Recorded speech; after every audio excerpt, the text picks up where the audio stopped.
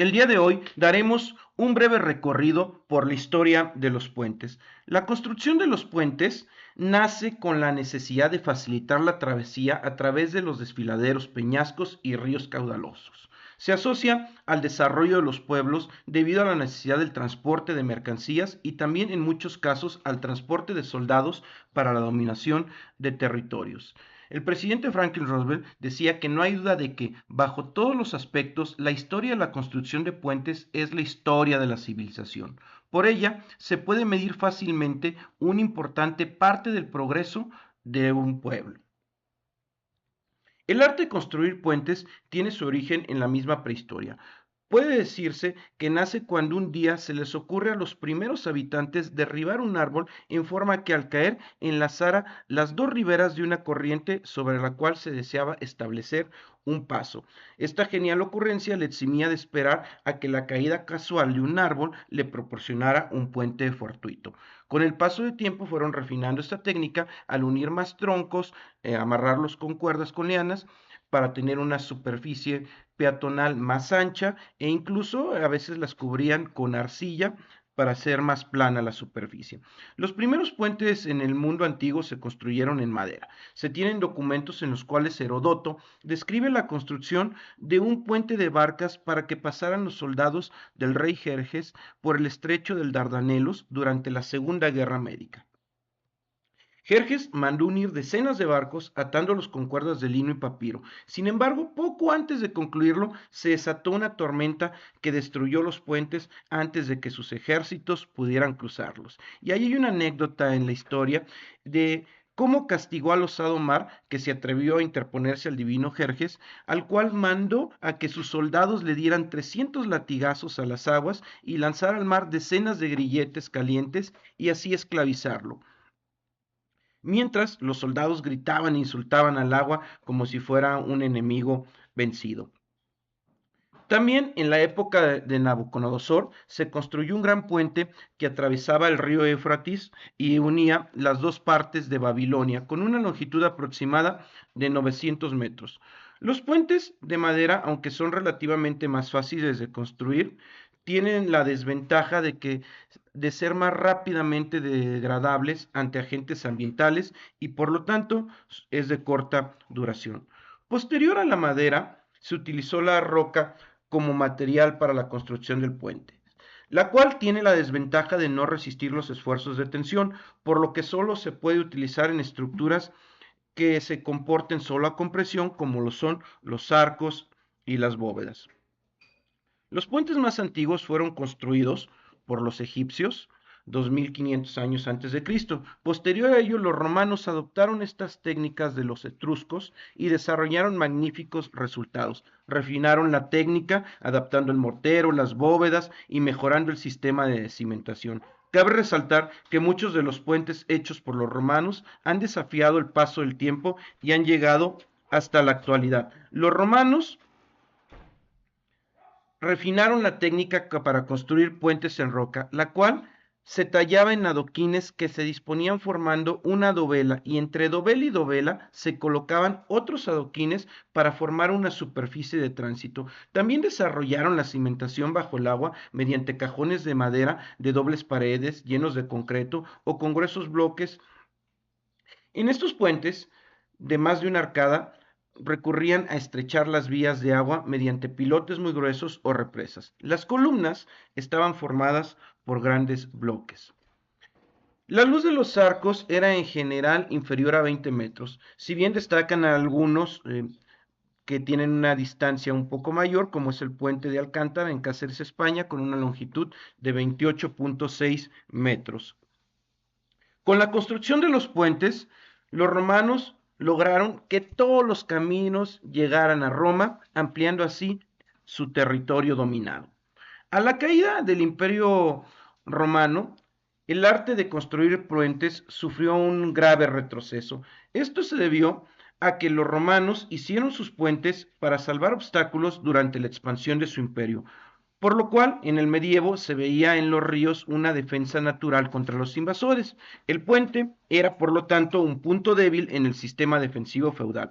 Por tal motivo, algunos de los puentes se desmantelaron y otros fueron fortificados con este tipo de torres. Es de importancia cultural anotar que en la América precolombina se construyeron puentes para atravesar profundos cañones, usando como material lianas vegetales que unían los maderos y eran capaces de soportar el peso de los caminantes enfilados. Hoy se les recuerda a estos puentes como puentes colgantes. Entre ellos es de resaltar el puente colgante maya de Yaxchilán, que fue construido sobre el río Usumacinta en Chiapas, México. Se estima que fue el puente más largo del mundo antiguo con una longitud de 180 metros y conectaba la ciudad de Yaxchilán con la orilla norte del río.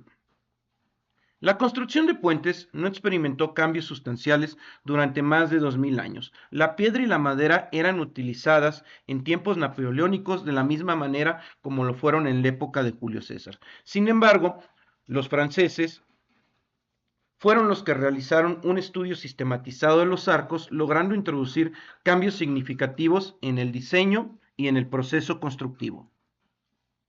Con el paso del tiempo se dio la tendencia a sustituir la madera, la mampostería y la piedra por el hierro fundido.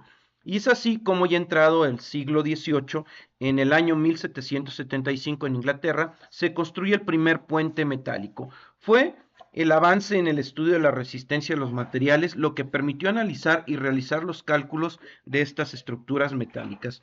Puede decirse que los puentes metálicos fueron construidos más racionalmente que los de roca, es decir, que conllevaban una concepción menos empírica y más analítica.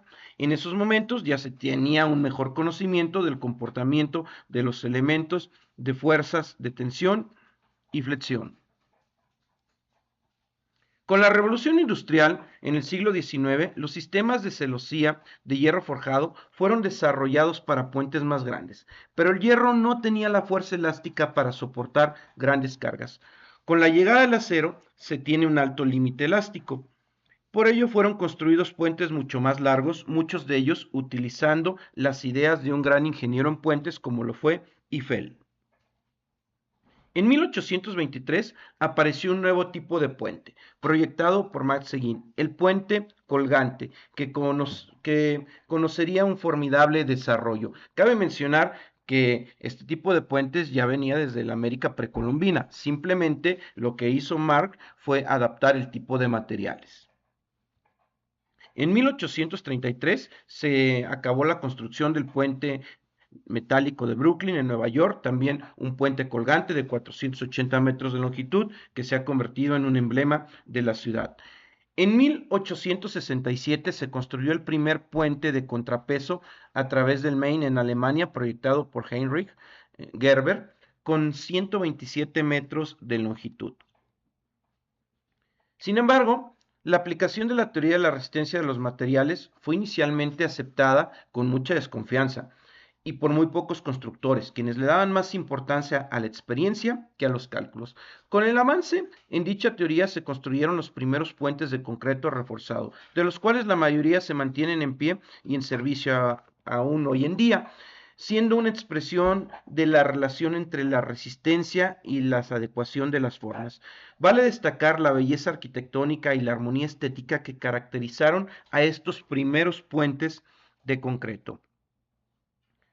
Por otra parte, las estructuras en concreto preesforzado comienzan a proponerse en 1886 en Alemania, cuya inicial función fue la de evitar el agrietamiento de los elementos. El refuerzo del preesfuerzo era tensado mediante poleas. Esta técnica se emplea para superar la debilidad natural del concreto frente a los esfuerzos de tensión y fue patentada por Eugene Freycinet en 1920. En la actualidad, cerca del 80% de los puentes que se construyen en el mundo son de concreto preesforzado. Así es como, con la utilización del acero y del concreto, ha sido posible la construcción de puentes de diversas formas y grandes luces como los que se ven en nuestro tiempo, gracias a la evolución de la técnica, a la inventiva de grandes profesionistas en la ingeniería, la arquitectura, artistas y científicos de diversos campos del conocimiento. Cabe mencionar que los puentes no solamente se deben de hacer seguros, económicos y funcionales, sino también tenemos que tener en cuenta el componente estético. Los puentes deben de complementar su entorno, deben de ser elegantes y presentar una apariencia adecuada de fuerza. Y de esa manera los puentes se han convertido en los símbolos de las ciudades. Si te gustó el video, dale like e inscríbete a mi canal para ver más videos relacionados con los puentes.